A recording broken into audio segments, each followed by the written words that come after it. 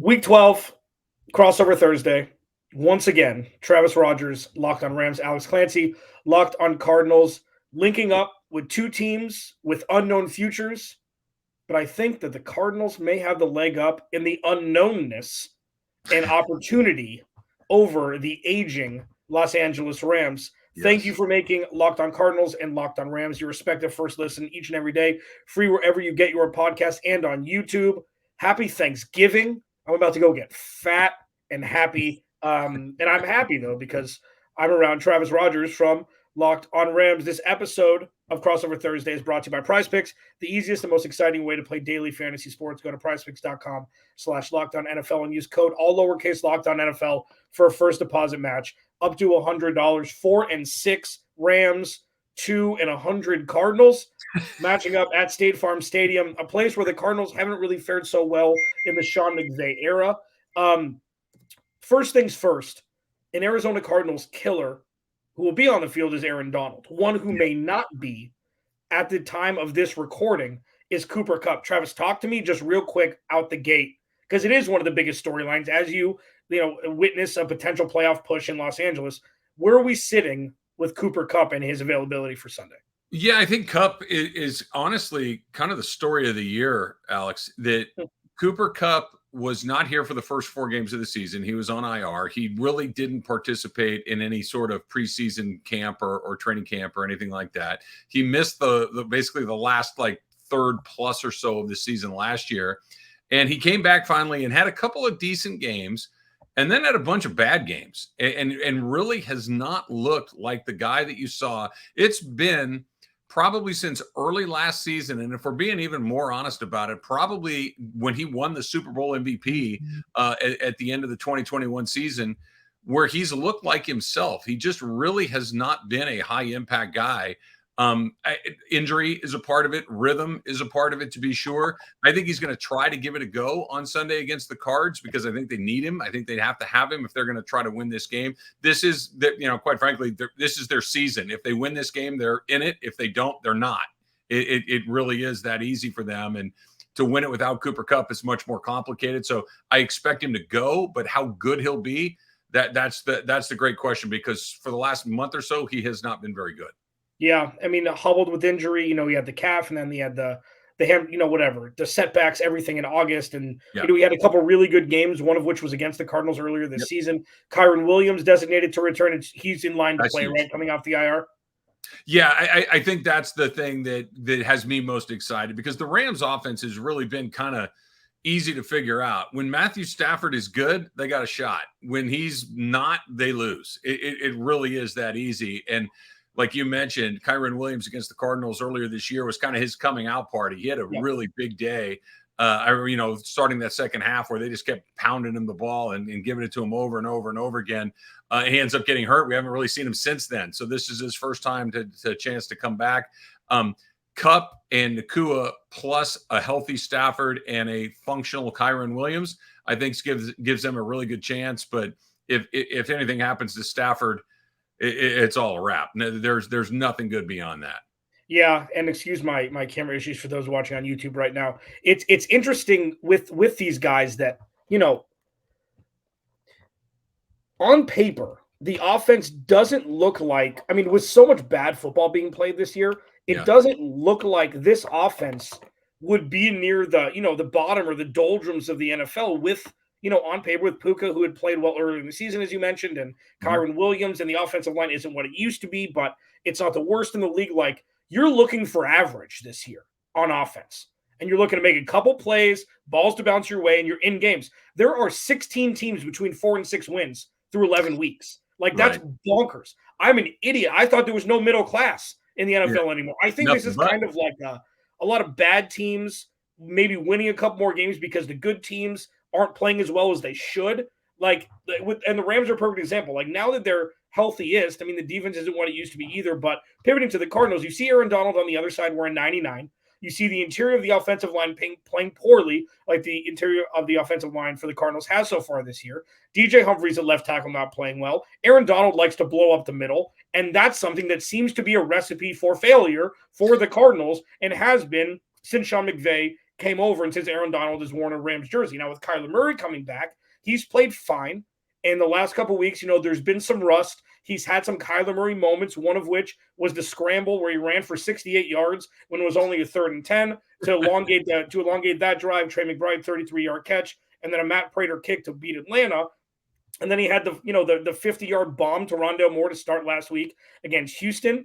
The defense, blanked Houston's offense, which is one of the best in football. Yep. In the second half, they turned CJ Stroud over 3 times, and the Cardinals couldn't put up any damn points.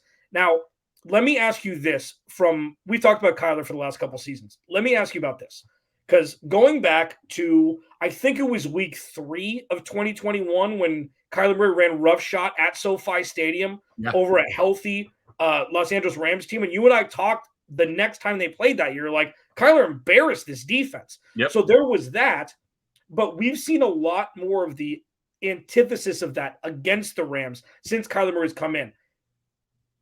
How much, and this is an existential crisis I've been dealing with, how much of a leash do you give Kyler Murray 11 months removed from an ACL tear? Is it like you're good enough to be able to not make as many mistakes as an average quarterback, or is it like, you know what, take the rest of the year, it's a new offense, and just mosey on it to 2024 when the expectations start? Yeah, I think it's interesting because, they just paid him, right? They pay him at the beginning of last season. So they're kind of committed to him for a while. And it's not like you're going to move on. I never say never, but it feels like he's the quarterback, at least of the present and of the near future. I'm a big believer. If you're going to be bad. Right. Like if you're going to not be in the mix, don't be in the mix. So I wouldn't play him. If I were a Cardinal person, I would be looking to, maybe make sure he's fully healthy, or maybe try to collect some draft picks to give him some help. I don't, you could speak to this better than I could, but whether it's O-line help, whether it's more weapons, maybe it's a defense that can keep other people out of the end zone. But he's one of those guys that as an outsider who, when, playing him twice a year, if you can get ahead of the Cardinals, they're not scary at all. But if you're chasing them, it's a very different dynamic because he is a playmaker, because he is able to do a lot of things. But if I know he's got to throw the ball, he's not scary. And because that's when Aaron Donald goes and gets him.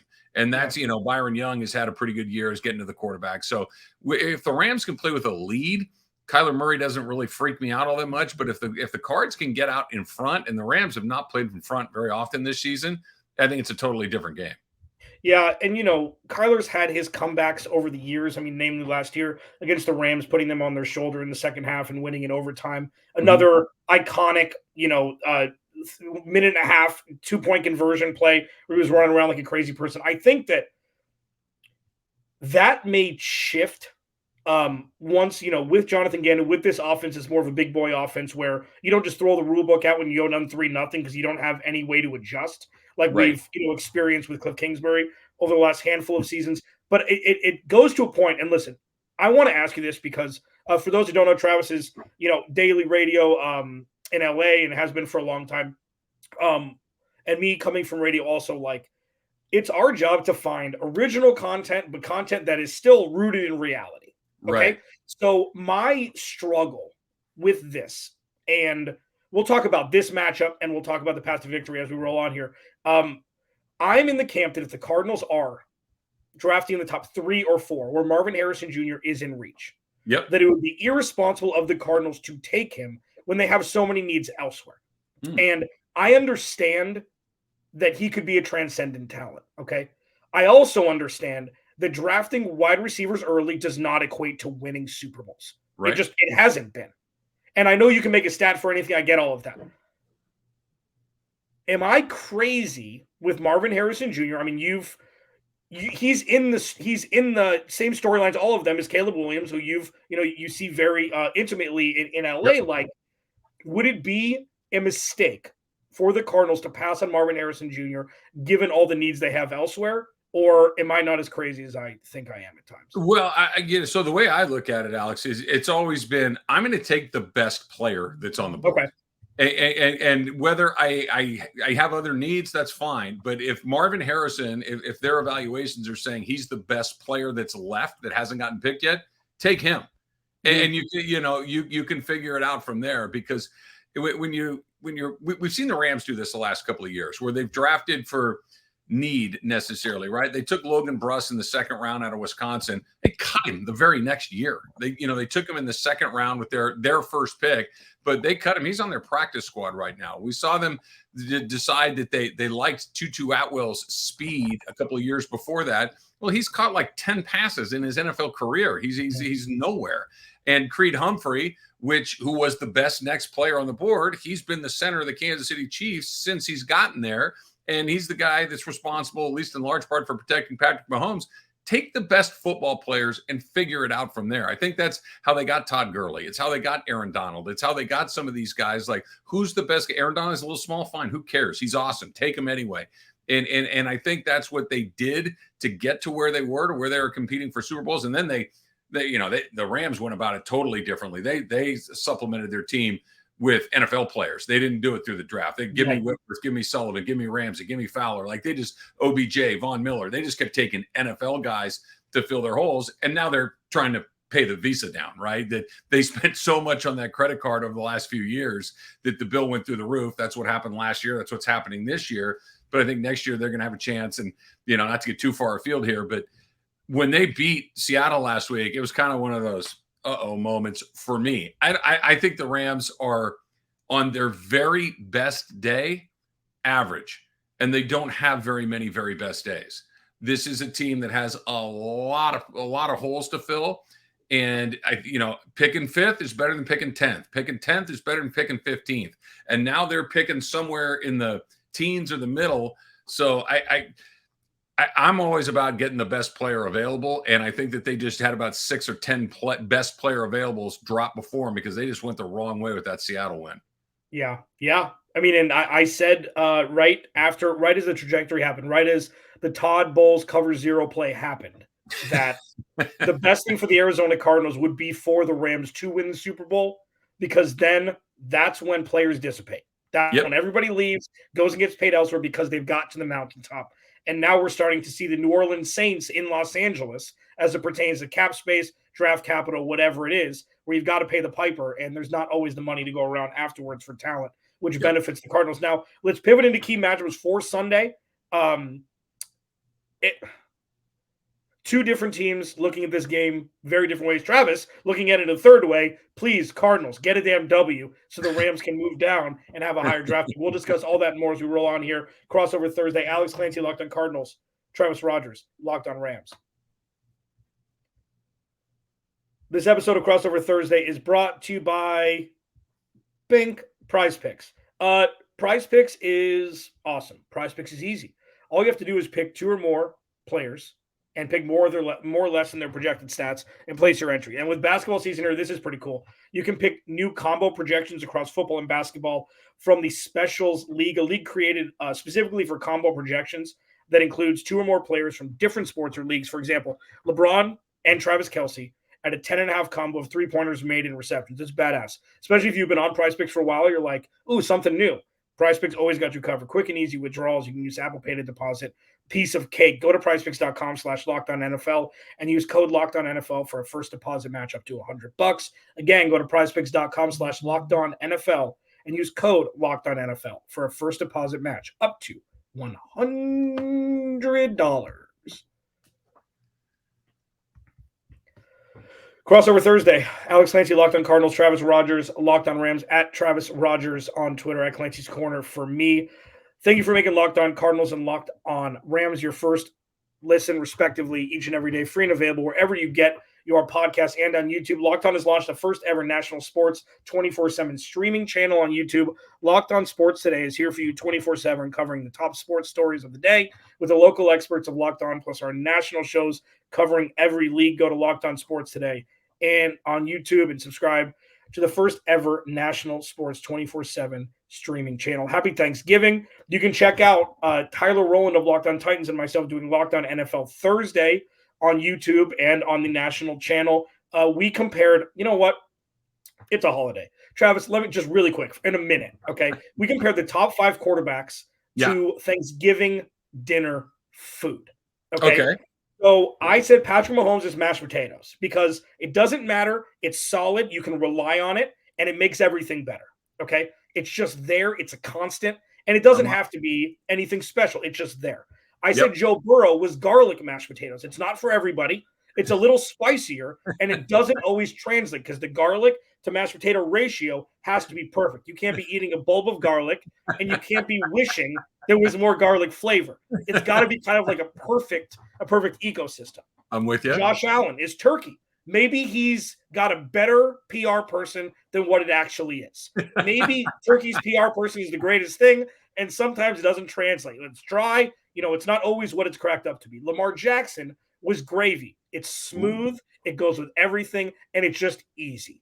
It's just easy, but there are layers to a good gravy, and Lamar Jackson has layers to his game, and he is a gazelle in open space, the most fun thing to watch as an entity in football. And then Jalen Hurts is stuffing. Okay, it takes a lot, but when it's good, it is versatile as all hell. So what do you think?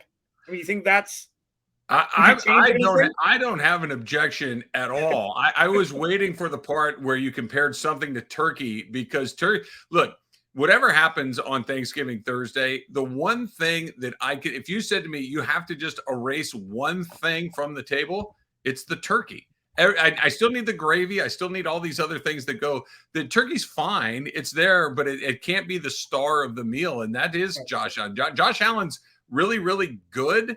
But what actually happens with him? Not so much. I mean, they're kind of spinning their wheels. That 18 seconds when they lost that game a few years ago to the Chiefs, that's going to haunt them forever because that was their shot and they missed it. But I like it. If there's a quarterback in the league that's cranberry sauce, who's that? Oh boy. This is what you get on Crossover Thursday with Travis and me. I mean, I have no idea. I mean, can I say, what do we have? 14 minutes? Can I throw Brock Purdy in there? And here's why. Because as long as the potatoes, Debo, as long as the stuffing, McCaffrey, as long as the gravy in Trent Williams, as long as everything else is perfect, it doesn't really matter what the cranberries are. They're fine. They're on the table and you can eat them or not eat them, and it's not really going to affect the meal. But if all you have on your plate is cranberries, you're screwed.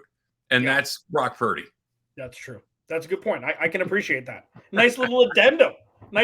Anyways, back to reality here. The Rams and Cardinals State Farm Stadium on Sunday, 1:05 kickoff, I believe. For those that don't know, the Rams at 4-6 are one game out of the 7th playoff spot in the 2023 playoff race. Sure, we're only through 11 weeks going into week 12, but the two teams that hold the wild card spots right now are the Seattle Seahawks, Geno Smith. We'll see how healthy he is, and the Joshua Dobbs-led Minnesota Vikings. So I said right when the Rams got their first win, when Cooper Kupp was around the corner for coming back, that this offense is good enough to make the playoffs. And I know that I think that you're as much of a realist as I am about the team that you cover, and I don't know if you're too close to not realize how lucky, at the best, average is better than so many bad offenses in this league. Sure. And it's not even close to what it was, but you wouldn't be shocked if they won 8 games and made the playoffs, right? It might only take 7. So, look, if it's 8, I think they got a shot. I think that 9 is the number that we've been concentrating on for a while because here's what it is. They have 4 games left on their schedule that they have to win if they're going to go to the playoffs. It's Arizona, it's New Orleans, it's Washington, and it's the Giants. Okay, 2 of those are at home, 2 of those are on the road. You have to win those 4 games. That takes you to 8. Now you got to find one more in your last 3 games, which is Cleveland at SoFi Stadium. Myles Garrett may murder somebody in that game because he's going to be able to do whatever he wants. You've got Lamar Jackson on the road in Baltimore. You're not winning there. And then you've got San Francisco in the last week of the season up in San Francisco. The Niners beat the Rams like a drum. They just the Rams don't match up well with them. Now, the interesting part is the Niners may be locked into whatever playoff seed they have by that point. So maybe they don't empty the bag against the Rams and the Rams have a chance right there. So that's the path to 9. But you can't lose to the Cardinals. You can't lose to the Saints, who are okay. You can't lose to the Commanders, who are okay. And you can't lose to the Giants, who are terrible. So the Rams have not won 2 games in a row all season long. So to ask them to run the table against anybody is a big ask. And to your point about the offense, the Rams are averaging 19.5 points a game. They don't score. The reason the Rams are in these games is because the defense is pretty darn good. You don't know, nobody knows any of the names outside of Aaron Donald, and maybe Ernest Jones, but the days of Bobby Wagner and Jalen Ramsey and Greg Gaines and Ashawn Robinson and those guys are all gone. This is a no-name defense. It is Aaron Donald and a bunch of guys that nobody really pays attention to. They're winning games by scoring 17 points. They're winning games in the high teens and low 20s. Their offense really has not been very dynamic at all this year. They've scored 30 points once all year long. If they're going to win, it's going to be on that defense and making just enough plays like they did against Seattle. They made like 3 or 4 plays that were good enough, but that was as much of a Drew Lock not being able to get anything done as it was the Rams actually being able to move the ball. Yeah, and I think the key matchups, and we're spilling over a little bit here due to our Thanksgiving little innuendo there. We'll finish this on the other side here, but I think a lot of this is just Kyler Murray versus the interior of the offensive line. I mean, I think that's Aaron Donald versus the interior of the offensive line for the Cardinals. The left side has been atrocious this year. DJ Humphries is really, it's sad. It's like watching, it's just like watching a family member just getting a little bit older, just losing that first step where it's like, damn it. He's meant so much to this organization. He's meant so much to the locker room. He's one of the best interviews in football. He's a sweet man who is starting to lose a step. And it just sucks. And he's one of Steve Keim's best draft picks. He never demanded all of this money. He signed the right contracts for the team.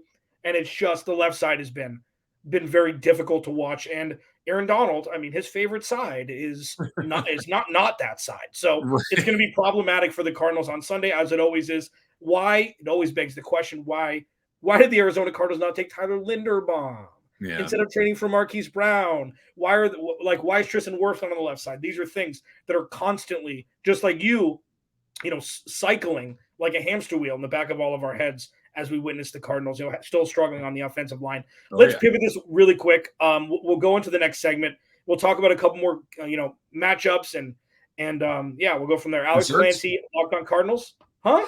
We're going to talk desserts on the other side. I figured if we talk to the main courses, we should get into the desserts. It's going to be very quick, okay? And it ain't pumpkin pie. That's how you bury the lead. Alex Clancy, Travis Rogers. Crossover Thursday. We'll hit desserts and Pat the Victory next. All right, final segment, Crossover Thursday. Happy Thanksgiving to you and yours. Hope you're enjoying time with your family. And if you're not, that's another beautiful thing about what happened a few years ago. One of the very few is that we're connected now more than ever through Zoom and FaceTime and all that stuff. When it used to be weird, it's not weird anymore. I remember there were a couple times where I was at home during the holidays, and now I'm just throwing up Zoom and eating dinner with my family. If you're not with your family, if you are, hope everybody's enjoying their holiday season, the beginning of it. I will not listen to Mariah Carey this year. I won't do it. We're getting closer. She's unwrapping herself, and it's right around the corner, and I won't do it. I won't do it, Travis Rogers of Locked On Rams. So really quick, let's just sew up this game here. The matchups, for the Cardinals, it's Aaron Donald versus the interior of the offensive line, and it's the cornerback room that has been getting absolutely roasted. Marco Wilson has given up over 100 yards more than the next closest cornerback. It's not his fault. He's never meant to be a CB1. Garrett Williams is giving up a 58 passer rating, a rookie out of Syracuse. That's a guy that this is 5 games in now, and he is playing. I can't remember who the last young corner, Marshawn Lattimore. Excuse me. Okay. Well, obviously Patrick Surtain, his rookie year, he's kind of taking a step back this year. But there are guys, and he hasn't done it with that kind of splash. And obviously Jalen Ramsey years ago and things like that. But he hasn't shown that the game is too fast for him. And that's one of the things that I preach is if it's not an oh no right away, that's good. And it's like an oh wow right away. It's harder to not replicate that than it is to replicate it. And I think that's something the Cardinals may have a winner with their 3rd-round pick out of Syracuse. Yeah, it's funny you mentioned that, Alex, because I think one of the things that's interesting to me going into this game is Darian Kendrick is a guy that I thought was this close to getting benched and this close to maybe becoming almost exclusively a special teams guy or a depth piece. Rams started him last week against Seattle, and when they announced him, I'm like, oh, okay, well, I guess we're going to try it one more. He was really good. And all of a sudden, they have a little bit of help on that second level of the defense that really was not there before. Ahkello Witherspoon has followed the path that he has had basically throughout his entire NFL career, which is for about 5 or 6 weeks, he's really good. And then after that, not so much. And that's when we talked to the Locked On Steelers guy early in the season, he's like, yeah, just wait. And because I know what you're thinking right now, but just wait. He was right. And so you need to have a little bit of help on that third level of the Rams defense. And Darian Kendrick finally looked to be that guy that you're talking about, because when they drafted him out of Georgia, it was one of these, okay, he's played in a lot of big games. He's played against a lot of NFL players, but it did look a little quick and a little fast for him his first couple of, his first year in the season, or I should say his first year in the league. And then this year, it really did not look good through the first half of the season. They come back out of the bye, and it looked a lot better. So I'm very excited to see how he looks on Sunday. Yeah, this is the time of the year where, and I know it's something that, the rational mind taking fandom out of it and everything's like, you don't want your team to be average. You want it to be great or bad, kind of a thing where it's like, no question. Yeah. So with this, like, I can see why you're teetering on I call it an existential crisis fence, where it's like, I always say Cardinals go win games because it shows that you have more than you thought you did under the hood at this point. But that's with, that's in a vacuum of, you're not supposed to win this year. The Rams were kind of teetering on the fence. Didn't know about Cooper Kupp. Didn't know if Matthew Stafford was ever going to be able to play football again. Like, there were so many different storylines, because this is like, this is like adolescence versus, midlife crisis. Right. Which where the Cardinals and the Rams are respectively. So, storylines with the Cardinals is like, and I've never taken this stance before. And I don't think it's, I don't think it's necessarily irrational. It's like, growth here is not predicated directly upon win-loss record. Right. And I think that I think it's freeing. Like, you can have young guys, like Paris Johnson Jr. hasn't missed a snap this year. Has he been great? No, but is he worth the sixth overall pick? Sure damn looks like it. Yep. BJ Ojulari is now coming into his own. These guys can play meaningful snaps with zero pressure. All young players had to experience after being drafted by Steve Keim over the last handful of years was pressure to perform, because he couldn't build a roster. Namely, Marco Wilson, who got drafted in the 4th round. They didn't bring any sort of CB1 in, so he was thrust into playing CB2 as a rookie when he didn't ever have that, skill level. And now these guys can just play. And that's why this is some of the most fun football I've ever watched since covering this team, since being a radio for 12 years, because it's a free pass for a year just to see what you got. Yeah. And it's there's freedom in that. There is. And it's funny to hear you say that, because I think that's what the Rams are doing without telling anybody. They have talked, and we're going to try to compete. We're going to try to go to the playoffs. We're going to try to be the best that we can. Etc. They're saying all the right things, and I'll give Sean McVay credit for this, and I'll give every player on that roster credit for this. They play hard. They compete and they play hard, and so I give them all the credit in the world for that. But they let a lot of talent leave, and they brought in this much. This was one of these, don't listen to what they say, watch what they do. And what they did was Jalen Ramsey, gone. Greg Gaines, gone. A'Shaun Robinson, gone. Bobby Wagner, gone. Allen Robinson, gone. Like, all of these guys are here. They drafted a new left guard in Steve Avila. They caught a couple of defensive players in Byron Young and Kobe Turner and some other guys. And this was basically let's see what happens. They traded away what minor assets they might have had in Cam Akers and Van Jefferson. They both got rid of them. Nothing came back at the trade deadline. I know that they signed Carson Wentz a couple of weeks ago, but he was available to anybody that wanted him. This is let's see what we have. If we stumble into something, cool, let's go for it. But this was not hey, we got to really hit the gas here. They found Puka Nacua. They found Byron Young. They found some guys along the way. Avila is a pro. He's going to be at that spot for a very long time. But they didn't spend a nickel more than they had to for the first time in forever. Really, since the first time since they took Jared Goff number 1 overall in 2016. They have a first-round draft pick next year. They got $75 million in dead money coming off the cap next year. They have a chance to finally actually dig in on this. And this was one of those, oh, no, we're going to try. Well, what did you do? Well, nothing. Yeah.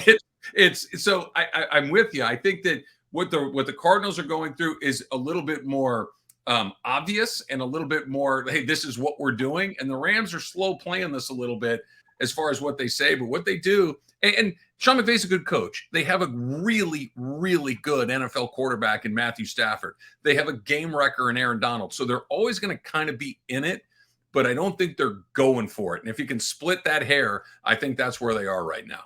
Yeah, it's interesting. It's exciting and scary because now there is actual weight in the first round like there hasn't been in the last decade pretty much, it's just fascinating, and the Cardinals are just sitting pretty like they're going to have 2 top 20 most likely picks unless the Houston Texans go win the Super Bowl or, whatever they're on the trajectory to go doing right now. Yeah, I mean, every Arizona Cardinals fan needs to be a Jacksonville Jaguar fan on Sunday because if Jacksonville loses to Houston, Houston then takes over the AFC South lead and they have the tiebreaker over Jacksonville. Yep.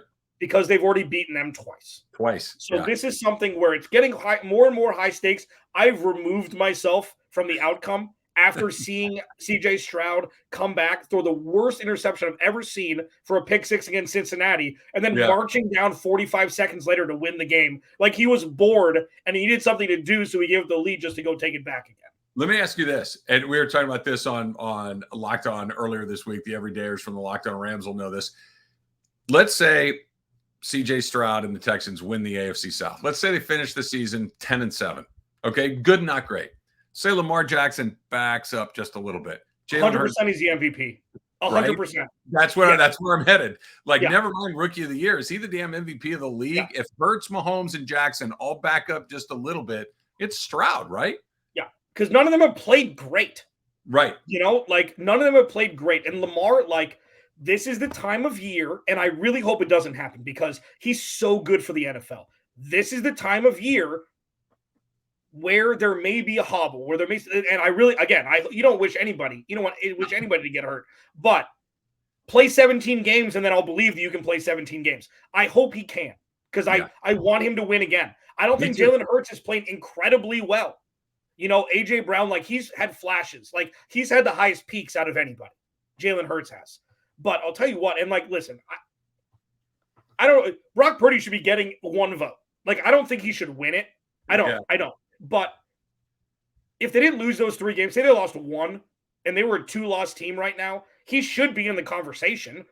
His numbers, I know that he plays at it's mad and uneasy with what he's got compared. But right. I mean, it's not like Jalen Hurts doesn't have weapons and doesn't have a great defense. No, Purdy's fine as long as the rest of it is really good. We saw what it looks like when, hey, can you give me a little bit more? Nope.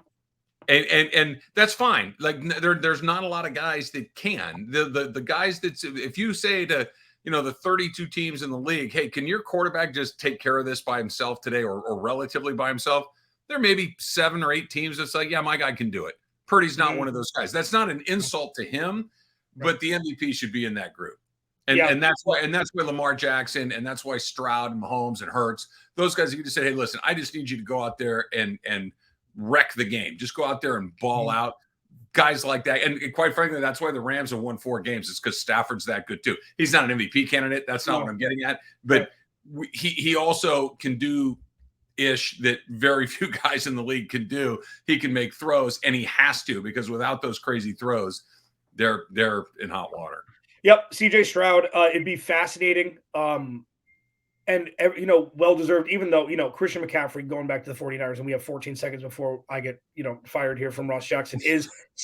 Christian McCaffrey seems to be the guy, the motor, and when he's healthy, he's best pound for pound. Alex Clancy, Travis Rogers. We'll see you on our respective podcast tomorrow. Happy Thanksgiving.